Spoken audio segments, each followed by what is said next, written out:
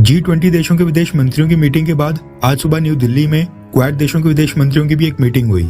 Japan के विदेश मंत्री योशिमासा हायाशी G20 के विदेश मंत्रियों की मीटिंग तो अटेंड नहीं कर पाए, लेकिन वो क्वाड के विदेश मंत्रियों की मीटिंग को अटेंड करने के लिए पिछले कल देर शाम को भारत टाइम के ऊपर पहुंच गए थे। मीडिया में कुछ ऐसी खबरें आई थी कि यूक्रेन के ऊपर भारत के न्यूट्रल स्टैंड को लेकर जापान ने G20 में अपने विदेश मंत्री को नहीं भेजा। ऐसा बिल्कुल नहीं था। जापान के अंदर डोमेस्टिक पॉलिटिक्स इस समय काफी चरम पर है और वहाँ पर कुछ पार्लियामेंट अफेयर्स थे जिनके कारण जापान के विदेश मंत्री भारत नहीं आ पाए थे। क्वाड मीटिंग में हिस्सा लेकर उन्होंने ये चीज प्रूव कर दी है। ये तो हमें पता है कि किस तरह से अमेरिकन ब्लॉक के वेस्टर्न देशों ने भारत में हो रही G20 की मीटिंग्स को हाईजैक कर लिया है और रशिया यूक्रेन वॉर की रट लगाए बैठे हैं। एक जॉइंट स्टेटमेंट तक के ऊपर सहमति नहीं बन पा रही है। बाकी तो छोड़ ही दो। खबर निकल कर आ रही है कि G20 की मीटिंग्स की तरह अमेरिका चाहता था कि आज सुबह जो क्वाड की मीटिंग हुई उसमें रशिया यूक्रेन युद्ध के मुद्दे को भी उछाला जाए। अमेरिका की तरफ से भारत के सामने ये डिमांड रखी गई कि जो आज की क्वाड मीटिंग की जॉइंट स्टेटमेंट होगी, जिसके ऊपर चारों क्वाड मेंबर्स इंडिया,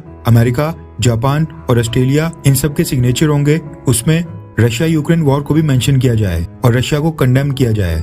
लेकिन भारत ने अमेरिका की इस मांग को मानने से साफ इनकार कर दिया। अब क्योंकि ऑस्ट्रेलिया और जापान ये दोनों ही देश आंख बंद करके अमेरिका को फॉलो करते हैं, अमेरिका के कहने पर अपनी फॉरेन पॉलिसी को शेप करते हैं, ऐसे में यहाँ पर 1 वर्सेस 3 की सिचुएशन पैदा हो गई थी। भारत चाहता था कि क्वाड में इंडो पैसिफिक रीजन को डिस्कस किया जाए, लेकिन सामने 3 देश और यहाँ पर अकेला भारत था। क्वाड ने जो जॉइंट स्टेटमेंट जारी की है उसका स्क्रीनशॉट आपकी स्क्रीन के ऊपर है। भारत की लाख कोशिशों के बावजूद अमेरिका, ऑस्ट्रेलिया और जापान ये तीनों देश रशिया यूक्रेन कॉन्फ्लिक्ट को क्वाड की जॉइंट स्टेटमेंट में मेंशन करवाने में पूरी तरह से सफल रहे। स्टेटमेंट में कहा गया कि यूक्रेन में कॉन्फ्लिक्ट से रिलेटेड अपने रिस्पांस के बारे में हम क्वाड के देश डिस्कशन करते रहेंगे। इस कॉन्फ्लिक्ट के कारण लोगों को काफी कुछ सहना पड़ रहा है। न्यूक्लियर वेपन्स के इस्तेमाल का खतरा और भी बढ़ गया है। हमारा मानना है कि यूएन चार्टर और इंटरनेशनल लॉज के अकॉर्डिंग यूक्रेन में शांति आनी चाहिए। डिस्प्यूट्स का पीसफुल यानी सभी मतभेदों का शांतिपूर्ण तरीके से निपटारा होना चाहिए। रूल बेस्ड इंटरनेशनल ऑर्डर स्थापित होना चाहिए। सॉवरेनिटी,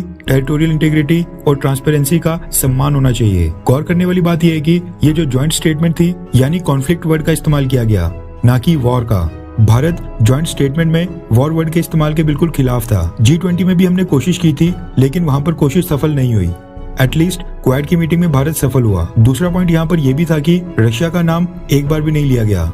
बस ये कहा गया कि यूक्रेन में जो कॉन्फ्लिक्ट हो रहा है। भारत क्वाड की जॉइंट स्टेटमेंट में रशिया का नाम मेंशन करने के भी खिलाफ था। Myanmar, North Korea, South China Sea वगैरह क्वाड की जॉइंट स्टेटमेंट में और भी कई सारे नाम मेंशन हैं, लेकिन यूक्रेन कॉन्फ्लिक्ट के बारे में जो पैराग्राफ था उसमें रशिया वर्ड को एक बार भी मेंशन नहीं किया गया है। तीसरी चीज यहाँ पर यह भी है कि इस युद्ध के लिए क्वाड की जॉइंट स्टेटमेंट में रशिया को दोषी बिल्कुल नहीं ठहराया गया है और ना ही कंडेम किया गया है। ये 3 चीजें थी जो भारत की डिमांड के ऊपर हुई, लेकिन हाँ, जॉइंट स्टेटमेंट में यूक्रेन युद्ध को मेंशन किया गया। वैसे आपको लग रहा होगा कि इन सब से आखिर क्या ही फर्क पड़ता है। आखिर थी तो ये एक जॉइंट स्टेटमेंट ही। फर्क पड़ता है, रशिया और बाकी देशों को एक मैसेज आता है कि भारत अब भी इस इशू को लेकर पूरी तरह से न्यूट्रल है और ना ही रशिया का साथ दे रहा है और ना ही यूक्रेन का या फिर अमेरिका के दबाव में आ रहा है। इस वजह से हम जब रशिया के साथ किसी भी डील या फिर इशू को लेकर नेगोशिएशंस करेंगे, उस समय भारत की बात का वजन होगा और इंडिया के डिप्लोमेट्स अच्छी और कंफर्टेबल पोजीशन के ऊपर होंगे। खैर, आपको क्या लगता है कि क्या क्वाड में और भी मेंबर्स को जोड़कर क्वाड प्लस बनाना चाहिए, हाँ या फिर ना? नीचे कमेंट करके अपनी राय जरूर बताएं।